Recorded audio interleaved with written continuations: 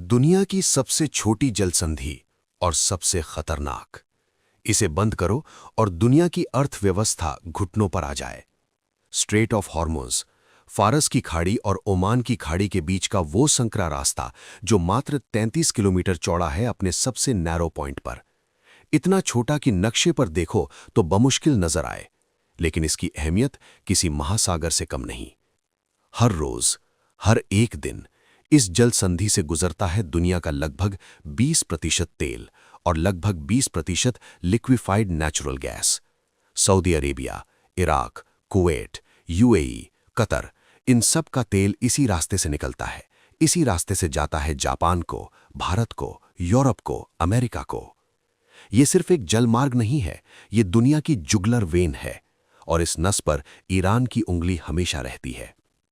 Iran का पूरा southern coast line इस स्ट्रेट के साथ लगा हुआ है। ईरानियन रेवोल्यूशनरी गार्ड कॉर्प्स की नेवल फोर्सेस यहां तैनात हैं। इनके पास स्पीड बोट्स हैं, सबमरीन्स हैं, एंटी शिप मिसाइल्स हैं, और एक इतिहास है प्रोवोकेशंस का, कॉन्फ्रंटेशंस का, और उस एक धमकी का जो ईरान बार बार दोहराता है: हम स्ट्रेट ऑफ हॉर्मुज बंद कर सकते हैं। ये खाली बात नहीं है। 1980s का दशक, ईरान इराक वॉर, दोनों देशों ने एक दूसरे के ऑयल टैंकर्स पर हमले किए। ये पीरियड इतिहास में टैंकर वॉर के नाम से जाना जाता है। सैकड़ों जहाज डैमेज हुए, दर्जनों डूबे, तेल की कीमतें आसमान छूने लगीं, दुनिया की इकोनॉमीज हिल गईं। अमेरिका को हस्तक्षेप करना पड़ा। यूएस नेवी ने कुवैती टैंकर्स को अपना फ्लैग दिया, रीफ्लैगिंग ऑपरेशन, और इस स्ट्रेट में गश्त शुरू हुई जो आज तक जारी है। 1988 में यूएसएस विंसेंस ने ईरान एयर की फ्लाइट 655 को गलती से मार गिराया। 290 लोग मारे गए। ये वो मोमेंट था जब दुनिया ने देखा कि इस स्ट्रेट में तनाव कितनी जल्दी त्रासदी में बदल सकता है। और ये सिलसिला थमा नहीं। 2019 जून का महीना, 2 ऑयल टैंकर्स पर हमला हुआ गल्फ ऑफ ओमान में। जापान का एक टैंकर, नॉर्वे का एक टैंकर, लिम्पिट माइन से। अमेरिका ने ईरान पर आरोप लगाया। ईरान ने इनकार किया, लेकिन फुटेज थी, एविडेंस था। उसी महीने ईरान ने एक अमेरिकन ड्रोन मार गिराया। यूएस ड्रोन था RQ-4A ग्लोबल हॉक। ईरान ने कहा यह हमारे एयर स्पेस में था। अमेरिका ने कहा इंटरनेशनल वाटर्स के ऊपर था। प्रेसिडेंट ट्रंप ने मिलिट्री स्ट्राइक का ऑर्डर दिया, फिर रोका 10 मिनट पहले। उन 10 मिनटों में स्ट्रेट ऑफ हॉर्मुज एक और युद्ध की कगार पर था।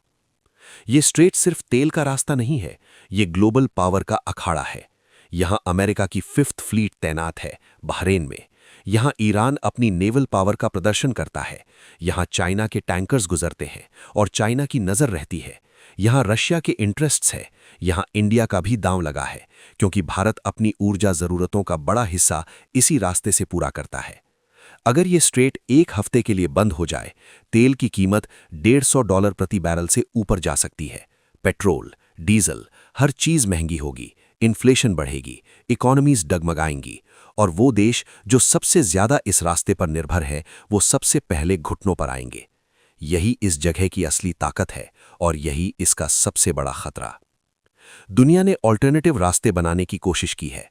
सऊदी अरेबिया ने एक पाइपलाइन बनाई है, ईस्ट वेस्ट पाइपलाइन, जो रेड सी तक तेल पहुंचाती है, स्ट्रेट को बाईपास करके। यूएई ने फुजैरा तक एक पाइपलाइन बनाई, लेकिन इनकी कैपेसिटी लिमिटेड है, और दुनिया की तेल की भूख अनलिमिटेड। स्ट्रेट ऑफ हॉर्मुज को पूरी तरह रिप्लेस करना अभी भी इम्पॉसिबल है।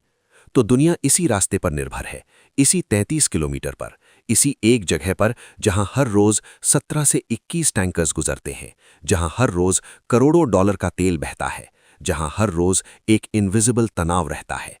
ये तनाव कभी पूरी तरह खत्म नहीं हुआ, और शायद होगा भी नहीं जब तक दुनिया तेल पर निर्भर है, जब तक ईरान और अमेरिका के बीच वो पुरानी दुश्मनी है, जब तक मिडिल ईस्ट में पावर की ये खींचतान जारी है। स्ट्रेट ऑफ हॉर्मुज, दुनिया का सबसे छोटा रास्ता, और सबसे बड़ा सबक कि इस दुनिया में सबसे ज्यादा ताकत उसके पास होती है जो उस जगह खड़ा हो जहां से बाकी सब गुजरते हैं।